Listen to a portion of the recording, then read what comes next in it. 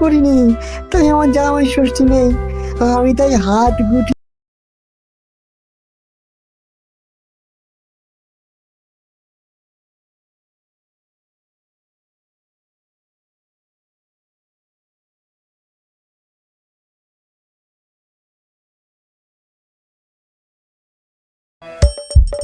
হাসির রাজা, জ্ঞানের রাজা, রসিক রাজা।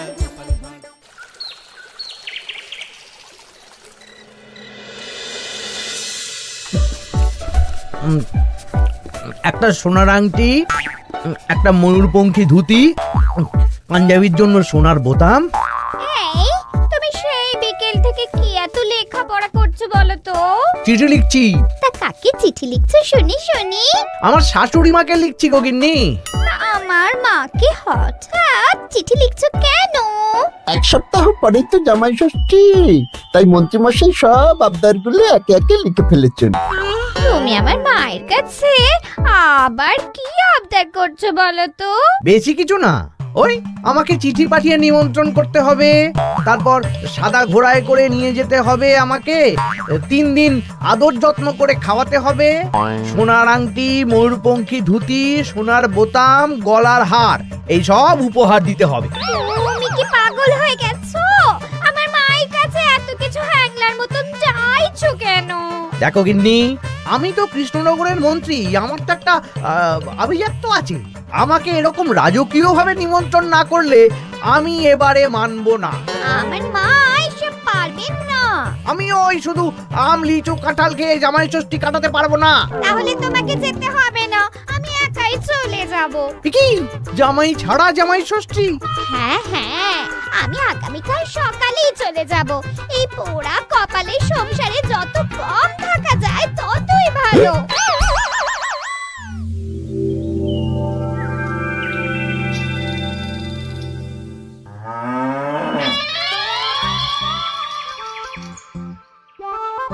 এই চলো চলো চলো চলো।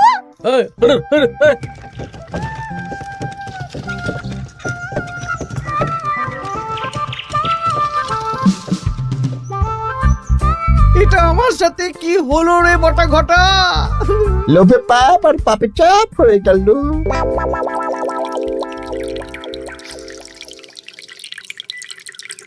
বাহ বাহ, আজ সবাইকেই বেশ খুশি খুশি দেখাচ্ছে।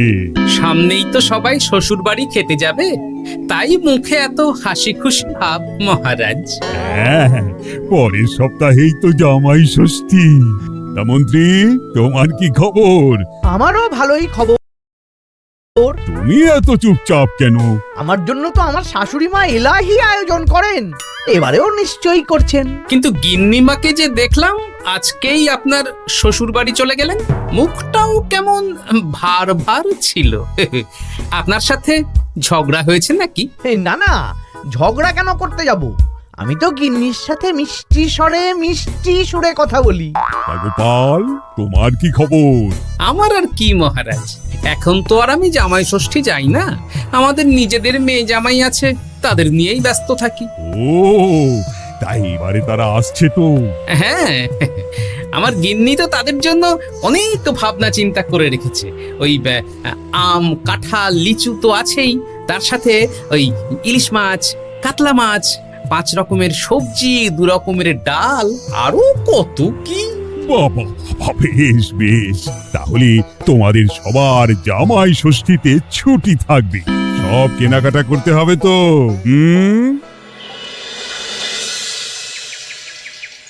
মাথাটা খারাপ হয়ে যাচ্ছে রে, সবাই চব্যচস্য খাবে। মন্ত্রীমশাই, এই তো সুযোগ। কিসের সুযোগ? আমি বলতে চাইছিলাম যে এই সময় সব সভাসদেরাই তো জামাই ষষ্ঠীর নিমন্ত্রণ রক্ষা করতে শ্বশুর বাড়ি যাবে, আর সবাই কিছু না কিছু কিনে নিয়ে যাবে। হ্যাঁ, শাড়ি, গয়না, মিষ্টি। আর গোপাল তো ওর জামাইয়ের তদবির করতে ব্যস্ত থাকবে, গোপালও কেনাকাটা করবে, তাই এই সুযোগটা হাতছাড়া করা যাবে না। হ্যাঁ, সবাই হাত খুলে খরচ করে কেনাকাটা করবে, আর আমি ওই কেনাকাটায় ভাগ বসাবো। একদম এইটাই বলতে চাইছিলাম। শোন, তোরা শুধু ভাবনা চিন্তা করে নে কিভাবে কুচির কাজটা করা হবে। আমি আগামীকাল রাজসভায় একটু বিশদে জেনে নেব যে কে কি কবে কিনছে। কেমন? বেশ, তাহলে তো কাজ আরো সোজা হয়ে গেল। আমরা সোজা কাজ করব, আপনি মজা নেবেন। একদম।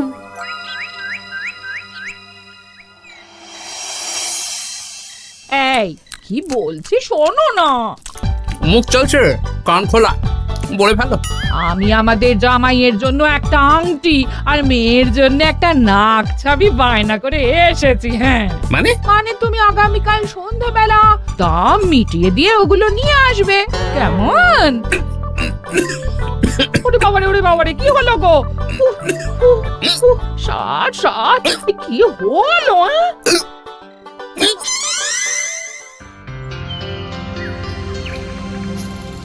তোমার মুখ ওরকম বাংলার পাঁচের মতো হয়ে আছে কেন?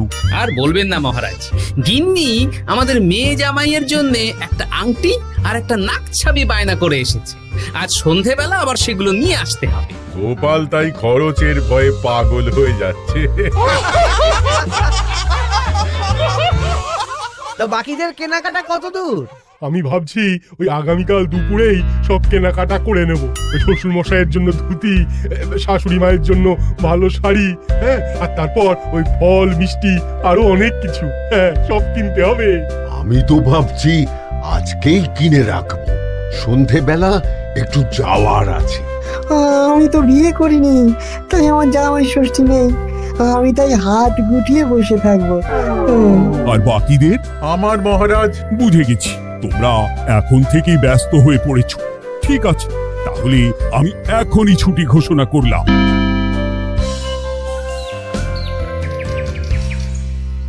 আরে আমার আজকের ভাগ্যটা এতটাই চওড়া যে রাজসভায় শুরুতেই ওই আলোচনা শুরু হয়ে গেল। মানে গোপালের মুখ ভার ছিল, নিজেই কারণ বলে দিল যে আজকে সন্ধ্যাবেলা জামাই আর মেয়ের গয়না কিনতে যাবে। আচ্ছা, আর বাকিরা? বাকিদের ব্যাপারও জেনে নিয়েছি। আমি একটা তালিকা বানিয়ে রেখেছি। কিসের তালিকা? এই যে কে কখন কি উপহার কিনতে যাবে। আরে বাস, তোরা দিনে রাতে চুরি কর, বুঝলি, সারা রাজ্যে চুরি কর। রাঘব বোয়ালের খবর তো আমি দিয়েই দিলাম। এর সাথে সাধারণ প্রজাদের ঘরেও চুরি করব? একদম। মন্ত্রীমশাই, এবারে হিসেবটা 50-50 হবে তো?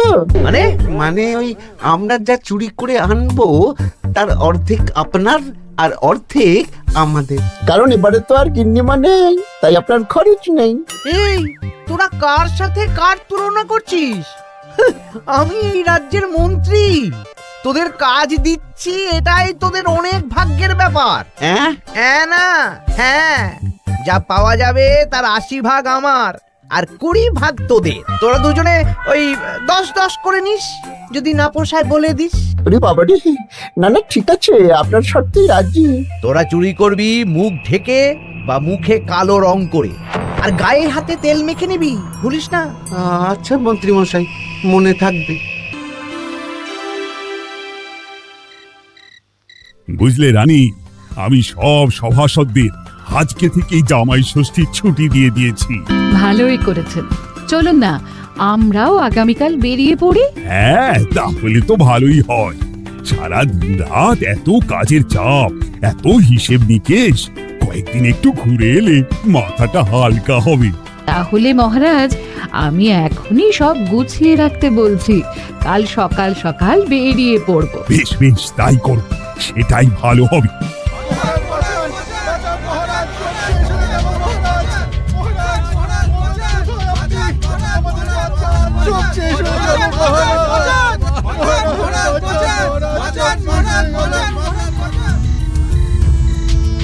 আমি তো আমার শ্বশুরের জন্য একটা পাঞ্জাবি কিনে এনেছিলাম, জানলা দিয়ে চোর শিখ বাড়িয়ে ওই নতুন পাঞ্জাবি চুরি করে নিয়ে পালিয়েছে। আমিও একটু আগে ওই দুটো থলে নিয়ে কেনাকাটা করে ফিরছিলাম, তারপর দেখি দুদিক থেকে দুটো কালো মতন মুখের লোক এলো আর ছোঁ করে আমার হাত থেকে দুটো থলে নিয়ে পালালো। ছি ছি সেনাপতি, তুমি না আমাদের রাজ্যের সেনাপতি, আর তোমার হাত থেকে চুরি হয়ে গেল? দুটো চোরকে ধরতে পারলে না? অনেকক্ষণ ছুটে একটা চোরকে ধরে ফেলেছিলাম মহারাজ, কিন্তু ওর হাতে মহারাজ, আমার তো বাড়ি থেকে দুটো পাতা কাঁঠাল নিয়ে পালিয়েছে, সাথে একটা রূপোর বাটি। ভেবেছিলাম এই বছর জামাইকে রূপোর বাটিতে পায়েস খাওয়াবো, কিন্তু সর্বনাশ হয়ে গেল। বলো কি, আমি তো ভাবছিলাম কালকেই নিজের শ্বশুর বাড়ি চলে যাব, কিন্তু এই পরিস্থিতিতে কি করে আর যাব বলো তো। শোনো সেনাপতি, সবাইকে বলে দেবে আগামীকাল রাজসভায় আসতে, আর রাজ্যে সুরক্ষার ব্যবস্থাও বাড়িয়ে দাও। আচ্ছা মহারাজ। বলি দামটা আর একটু কমাও না। না না না, এর চেয়ে কমে দিতে পারবো না। তুমি যা বলছো তাতে শুধু আংটি হবে, কিন্তু নাক ছাবি হবে না। আরে বাবা, আমার এখন হাতটান অবস্থা, তুমি বোঝার চেষ্টা করো। এক কাজ করো, আমাকে আমাকে তুমি ধারে দিয়ে দাও। আমার কাছে গয়না কেনার একটাই মূল মন্ত্র, আজ নগদ কাল ধার। হয় নগদ দাও, নইলে খালি হাতে যেতে হবে। বেশ, আমি তাহলে কালকেই আসবো, ধারে নিয়ে যাব। হ্যাঁ, বাবা রে বাবা, কি শেয়ানা বুদ্ধি! উফ,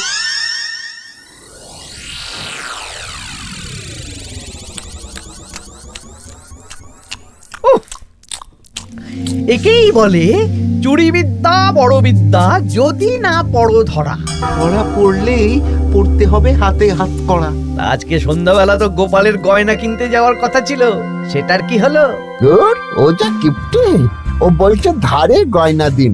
আমি তো সাকরার দোকানের বাইরে ঠায় দাঁড়িয়েছিলাম, গোপাল খালি হাতে বাড়ি গেল আর আমিও খালি হাতে চলে এলাম। গোপালের চওড়া কপাল। কিন্তু সুযোগ একবার পেলে আমরা হাতছাড়া করব না। হ্যাঁ, তোমাকে যে এত করে বললাম সন্ধেবেলা জামাইয়ের আংটি আর মেয়ের নাক চাবিটা নিয়ে এসো, তা কথা কানে যায়নি নাকি?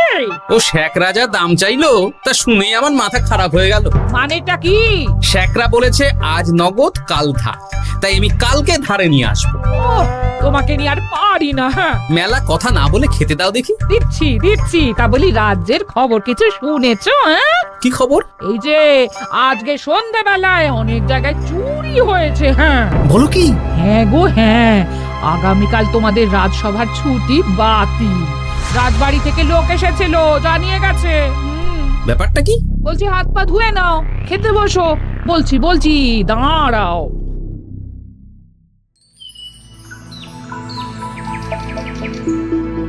রাজ্যে এতগুলো লোকের বাড়ি থেকে চুরি হয়ে গেল।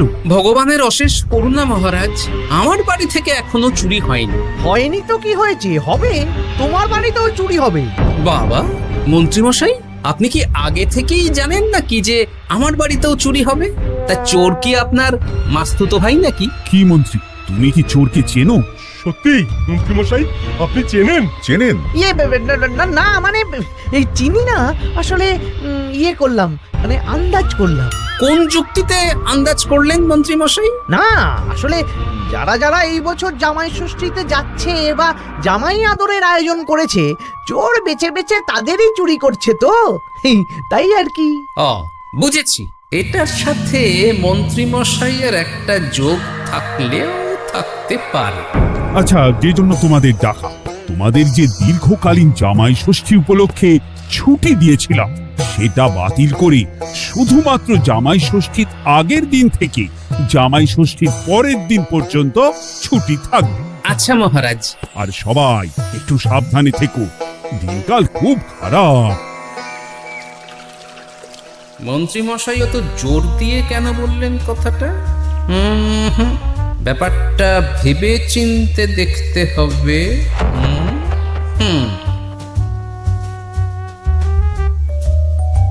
এই তো পুটি, এই পুটি, শোন। বলো।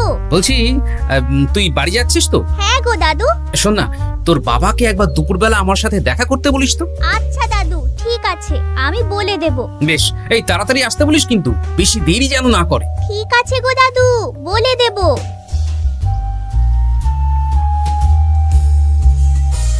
এবারে বিজ্ঞানীর বাড়ি একবার যেতে হবে। এটাই কাজ হবে তো বিজ্ঞানী? আলবাত হবে। এই হলো আমার আবিষ্কৃত বিশেষ চুলকানি চূর্ণ। একবার লাগলে 10 ঘন্টা চুলকবে। ঠিক আছে।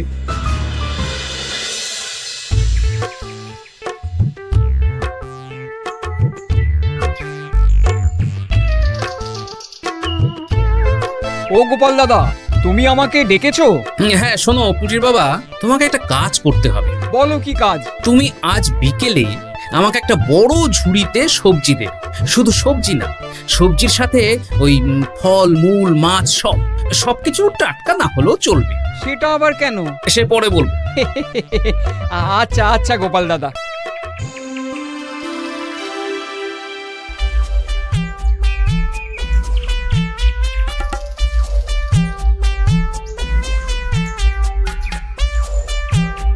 বাবা, পুটির বাবা এত শাক সবজি ফল নিয়ে বাড়ি যাচ্ছ নাকি? না না, গোপাল দাদার বাড়ি যাচ্ছি। জামাই ষষ্ঠীর এলাহি আয়োজন করেছে তো। ও তাই তো, তাই তো। বেশ বেশ, যাও যাও যাও।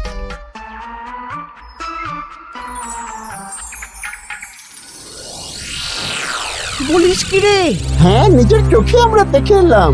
যে পরিমাণ শাক সবজি ফল আছে সেই সব দিয়ে আপনার ওই 1 সপ্তাহ চলে যাবে। তাহলে এই সুযোগ হাতছাড়া করা যাবে না। আজকে ওঁত পেতে থাকবি, কোন রকম সুযোগ পেলেই নিয়ে আসবি। আচ্ছা মন্ত্রী মশাই। এই এসব তুমি কি মেশাচ্ছ ঝুড়িতে? হ্যাঁ, চুপ, এটা চোরের দাওয়াই। এখন এই ঝুড়ি এখানেই থাকবে। যদি মন্ত্রীর কথা মতন চোর বাবাজি নিলেই ফাঁসবে। যাও যাও, আমার জন্য একটু মুড়ি বাদাম নিয়ে এসো, যাও।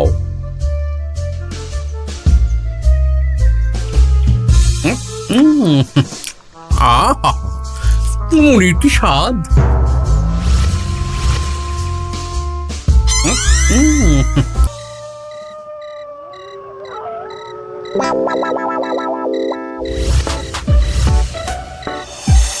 এই কটা সবজি ফলগুলো আমাদের জন্য অপেক্ষা করছে। দেখ দেখ, এ তো দারুণ সুযোগ।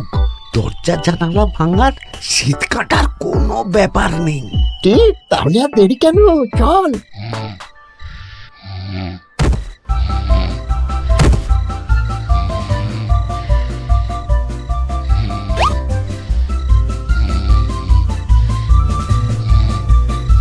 ওরে বাবা রে, কি চুল করছে রে? ওরে বাবারে, আমারও হাত চুল করছে। ওরে বাবা রে, চুল করছে তো। ওরে বাবারে। এই কে রে? এই সেরেছে, গোপাল চলে এসেছে। আর পালানোর পথ নেই। এবার আমরা কোথায় যাব? কোথাও যেতে পারবি না। সারা রাত এই উঠোনেই গোল গোল করে ঘুরতে থাক।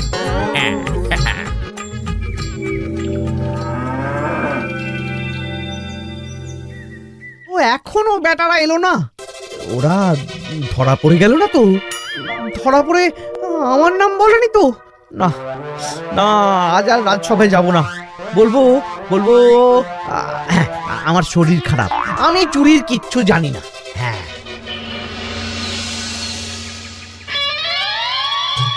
শুধু মন্ত্রী আসেন। মন্ত্রীমশাই ভয়ে আসেননি মহারাজ। মানে মন্ত্রীমশাইয়ের 2 বিষাক্ত হাত ধরা পড়ে গেছে। এরা দুজনে মন্ত্রীমশাইয়ের নির্দেশে সবার বাড়ি বাড়ি চুরি করেছে, ছিনতাই করেছে। তাহলে আর দেরি কেন? চলুন মন্ত্রীকে ধরে আনি। এ না হয় ধরবেন, কিন্তু উনি যদি অস্বীকার করেন, কারণ চুরির সময় উনি তো উপস্থিত ছিলেন না, যদি বটা ঘটার কথা অস্বীকার করেন। সে ভাবনাও আমার ভাবা আছে। শোন বটা ঘটা, এই তো ভালো বুদ্ধি, চলো সবাই।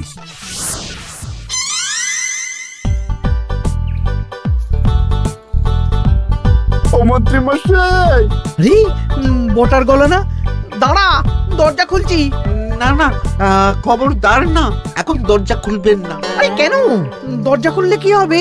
বলছি তো খুলবেন না, আমরা এখান থেকেই কথা বলবো। তোদের চিন্তায় আমি পাগল হয়ে যাচ্ছিলাম। তোদের যে গতকাল সন্ধ্যাবেলা গোপালের বাড়িতে চুরি করতে পাঠালাম, সেটার কি হলো? সেটা আমি পরে বলবো। আগে বলুন, আপনি আজ রাজসভায় যাননি কেন? আরে ভয়ে ভয়ে, আমি ভাবলাম তোরা ধরা পড়ে গেছিস। এবার আপনি দরজা খুললেই দেখতে পাবেন আমরা কি এনেছি। একবার বলে দরজা খুলুন, একবার বলে খুলবেন না। কি হচ্ছেটা কি বটা? কি মন্ত্রী, তাহলে তুমি সেই চোরের মাথা? মানে মাস্তুতো ভাই। আমার চালে সব নিজের মুখে স্বীকার করে নিলেন, আর কিছু না বললেও হবে। না না না না না না আরে ওই তো আমার চুরি যাওয়া জিনিস। ওই তো আমার শ্বশুর মশাইয়ের গিলে করা পাঞ্জাবি। সেনাপতি, মন্ত্রীকে আর বটা ঘটাকে কারাগারে নিয়ে গিয়ে আচ্ছা সে ধোলাই দাও। একদম মেরে জামাই আদর করব। চলুন। আবার ধরা পড়ে গেলাম। এবার সবার ছুটি, যাও যাও আনন্দ করো, খাও আর খাওয়াও।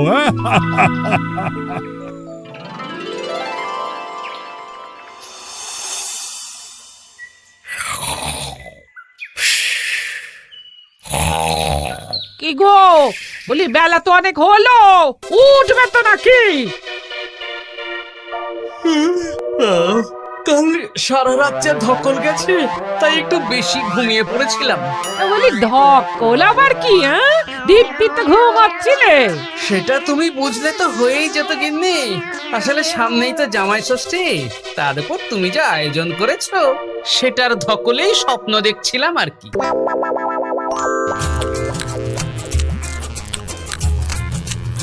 জমানে তুই জমজমাট খাবার, দারুণ হয়েছে রান্না।